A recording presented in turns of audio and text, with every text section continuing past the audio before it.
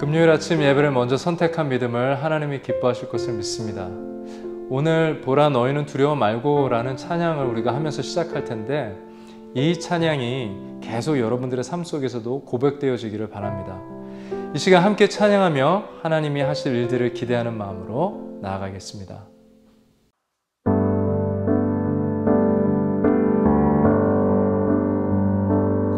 보라 너희는 두려워 말고 보라 너희를 인도한 나를 보라 너희는 지치지 말고 보라 너희를 구원한 나를 너희를 치던 적은 어디 있느냐 너희를 억누르던 원수는 어디 있느냐 보라 하나님 구원을 보라 하나님 능력을 너희를 위해서 싸우시는 주의 손을 보라 보라 하나님 구원을 보라 하나님 능력을 너희를 위해서 싸우시는 주의 손을 보라.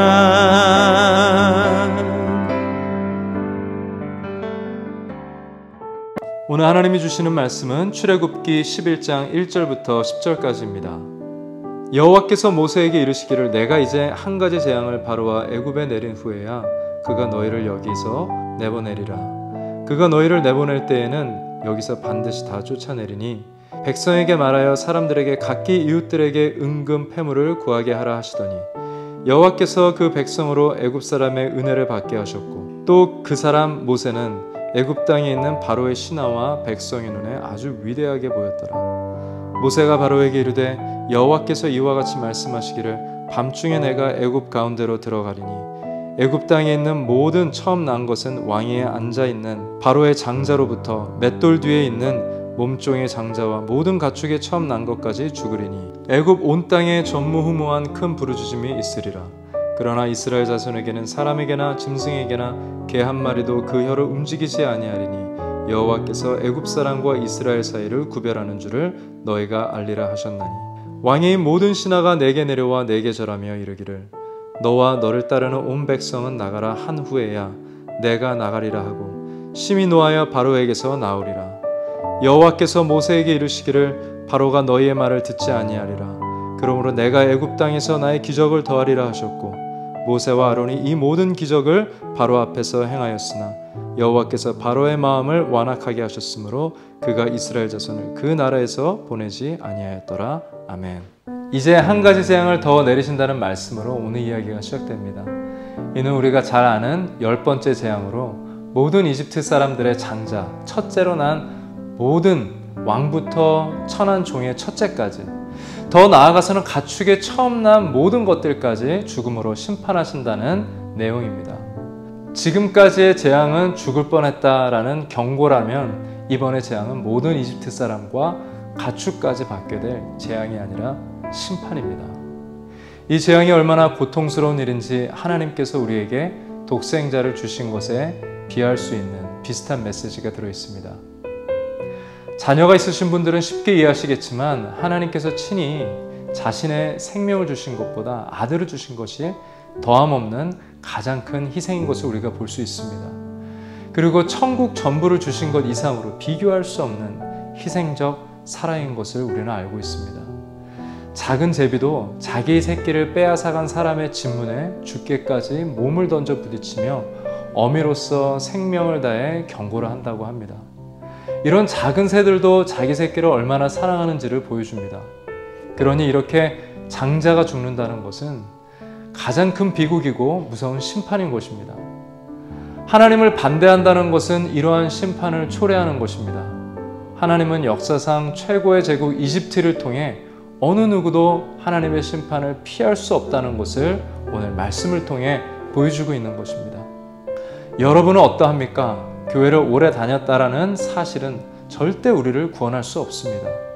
여러분들은 구원받은, 구별받은 하나님의 사람인지 오늘 말씀을 통해서 바로와 이집트 사람들을 보며 깊이 감찰해 볼 수 있는 시간이 되기를 바랍니다. 판세는 모세 쪽으로 이미 기울어졌습니다. 불과 4주 전 우리는 출애굽기를 시작하면서 모세와 이스라엘의 상황을 뒤돌아보면 이스라엘은 신에게 버려진 노예요, 종과 같은 사람들이라 볼 수 있었습니다. 그들이 낳았던 아기들은 이집트인들에게 빼앗겨 나일강에 버려졌고 바로와 이집트의 명령에 따라 사는 노예 민족이었습니다. 모세 또한 믿음으로 반응하지 않는 볼품없는 사람처럼 되어져 버렸었습니다.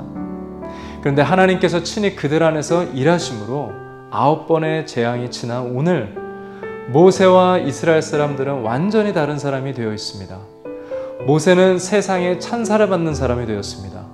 여호와께서는 모세를 가장 위대한 사람으로 보이게 하셨습니다. 반대로 바로는 자칭 자신을 해의 신이라고 말했지만 흑암 속에 있는 존재가 되어버렸습니다. 오늘 모세는 태양과 같이 빛나는 영광스러운 존재가 된 것을 우리는 함께 보게 되어집니다. 모세뿐만 아니라 이스라엘 사람들도 큰 은총을 받았습니다. 한때는 이집트 사람들에게 종이었던 사람들이 오히려 이집트 땅을 떠날 때 그들에게 음과 금, 폐물을 받는 존귀한 존재가 되었습니다. 하나님께서 그들이 노예로 부당하게 취급당한 것까지 계수해 주시고 또 그 위에 더 받게 하셨습니다. 우리의 삶에도 동일하신 하나님의 역사가 시작되면 이러한 놀라운 일들은 우리 삶에도 보여지게 될 것입니다. 그러기에 오늘의 상태나 오늘의 어려운 상황을 두려움이나 때로는 나는 이러한 사람이야 라고 말하며 현재를 믿음 없음으로 해석하는 것이 아니라 출애굽기의 이야기를 통해 오늘의 연약함이 쓰임받을 수 있고 주님의 날에 하나님이 반드시 그의 백성을 높여주시는구나 라는 믿음을 고백하는 하나님의 사람들이 되시길 바랍니다. 오늘 모세를 보십시오.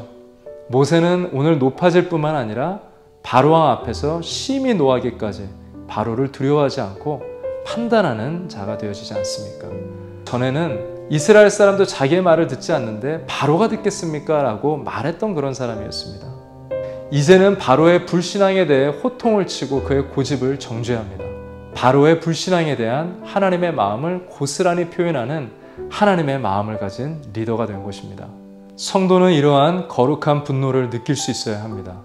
예수님께서는 믿음 없는 세대에 대해서 분을 느끼셨습니다.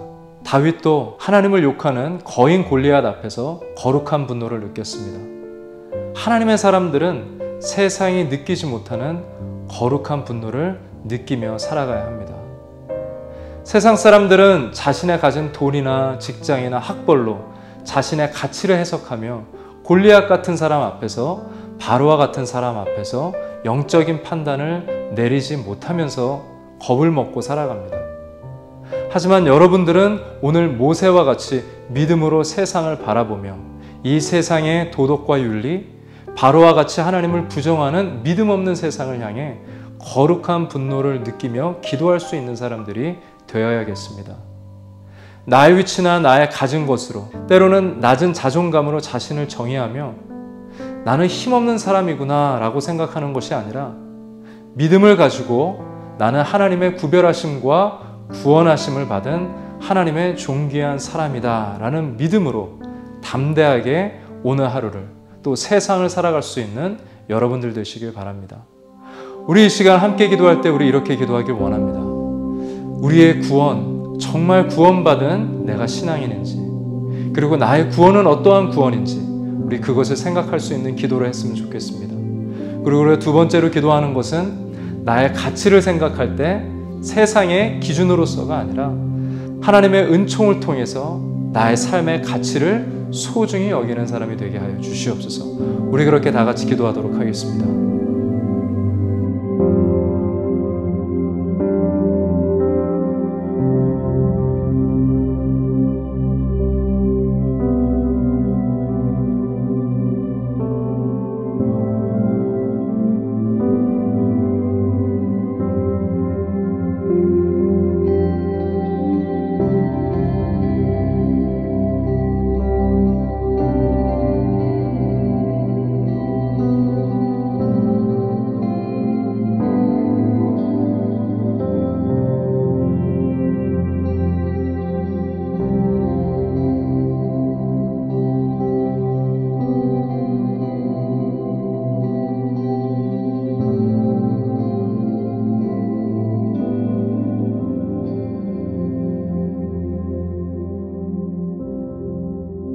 하나님, 우리는 우리의 가진 것으로 내 자신을 해석하고 남의 가치를 정의하며 내 자신과 가족을 더 나은 사람이 되려고 재촉할 때가 있습니다. 이스라엘이 이집트 생각과 삶에서 벗어난 것과 같이 우리의 생각과 삶도 이 세상에서 벗어나게 하여 주시옵소서. 가치 있는 삶을 살아가게 하여 주시옵소서. 예수 그리스도 이름으로 기도합니다.